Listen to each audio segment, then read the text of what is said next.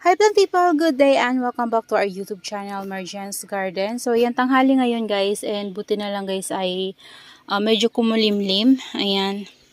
So grabe yung init dito kanina. Ayan, kumulimlim ngayon pero sobrang alinsangan naman. So ngayon guys ay meron tayong gagawing video at ito po ay request ni Ma'am Barbara Kalinawan. So ang sabi niya, Miss Chen, pwede po ba pa-vlog paano mag-alaga ng major?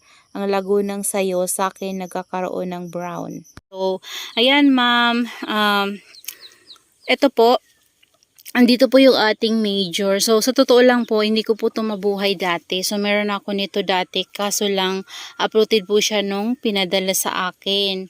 And then, nag-try ako ulit. So, nag-request po ako noon kay Ma'am Janilina Sarao of Janjan's Garden kasi doon ko po siya nabili. And nakatanim lang naman siya guys sa maliit na pot before.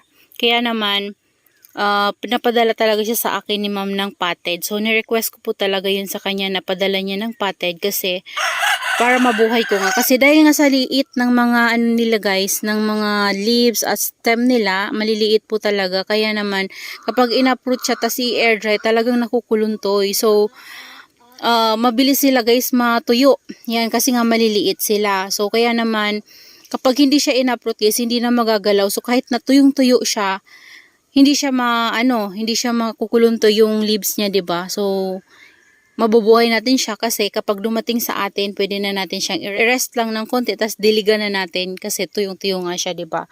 So, ganun yung ginawa ko sa kanya nung dumating siya sa akin, rest ko siya, tapos diniligan ko siya kinaumagahan. After kong ma-unbox, kinaumagahan ay diniligan ko siya nun.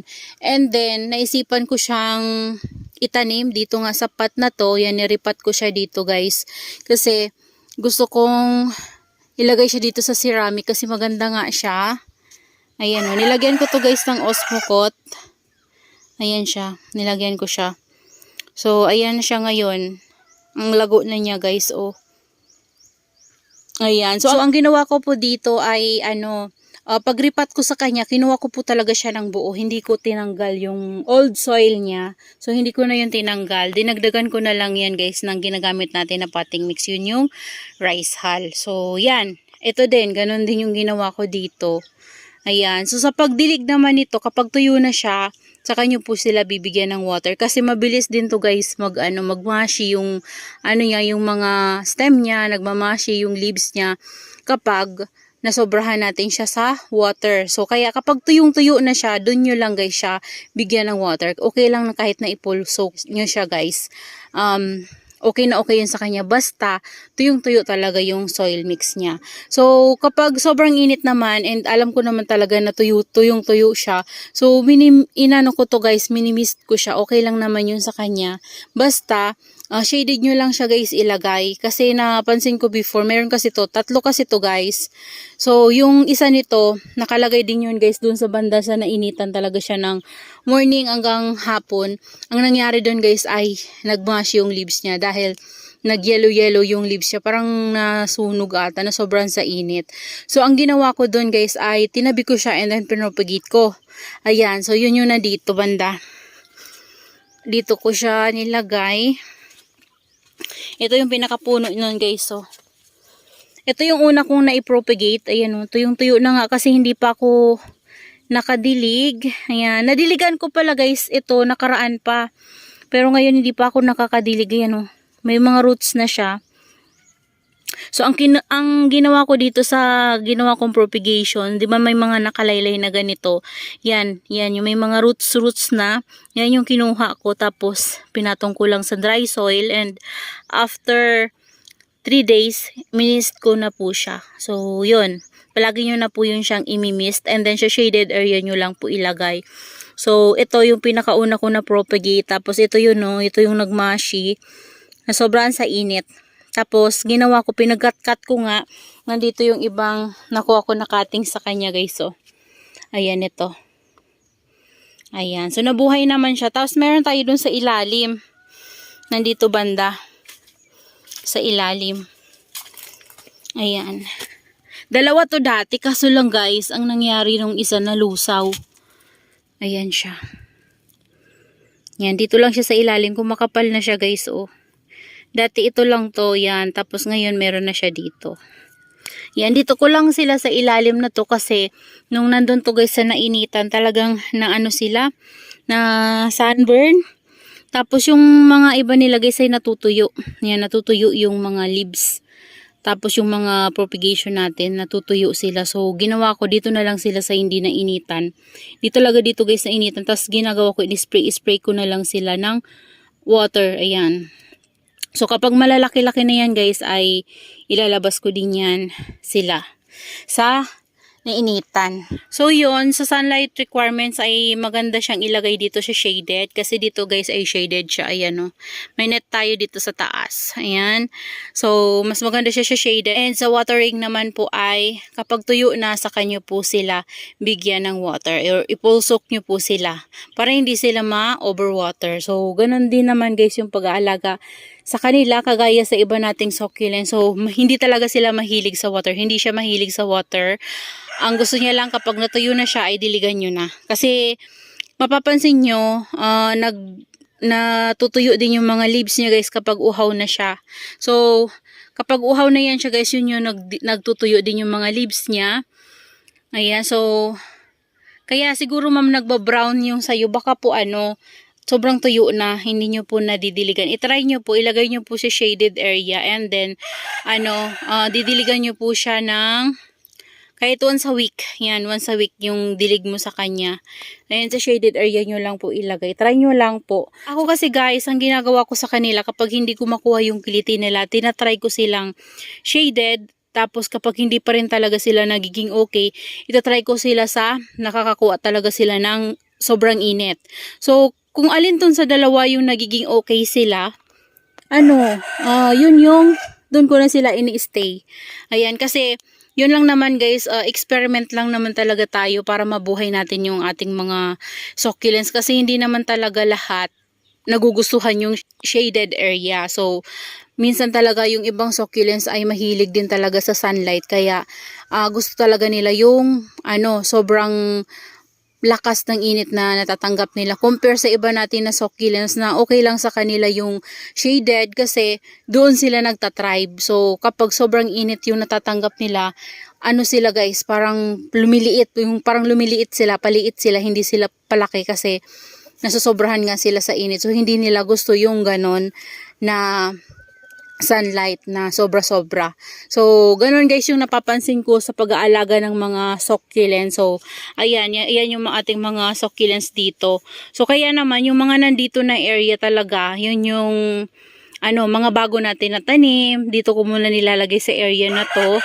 Kasi lalo na ngayon guys na sobrang init. Dito lang yung area na meron tayong shaded net. So, dito kasi banda nainitan sila ng sobra-sobra. Kaya naman, yung dito talaga, nilalagay ko yung talagang kayang-kaya yung init. Yung hindi sila masa-sunburn.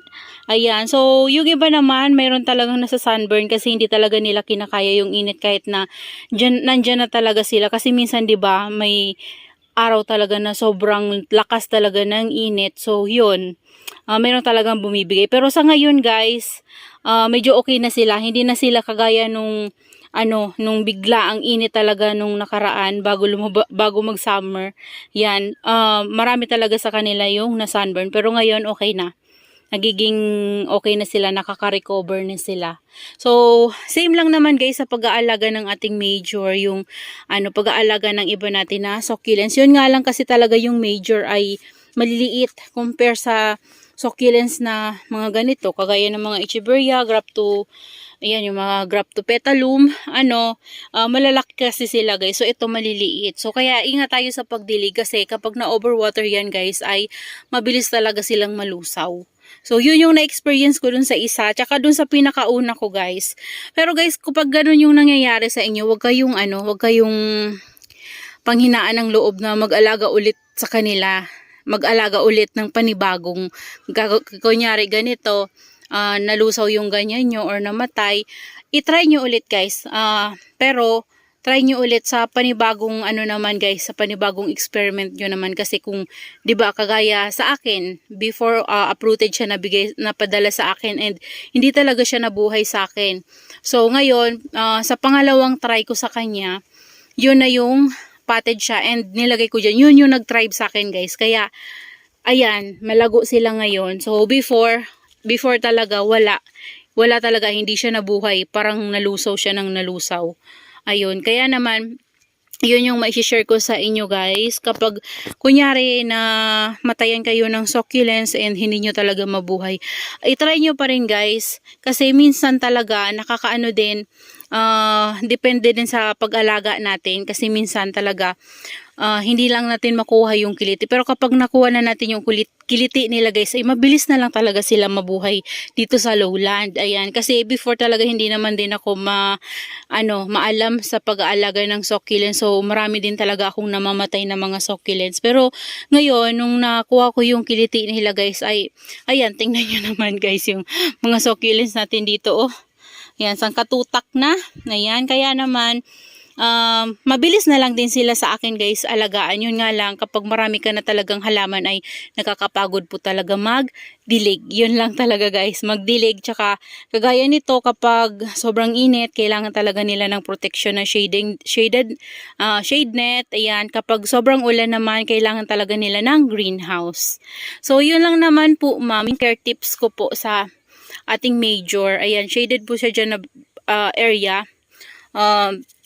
Yun lang naman po, kapag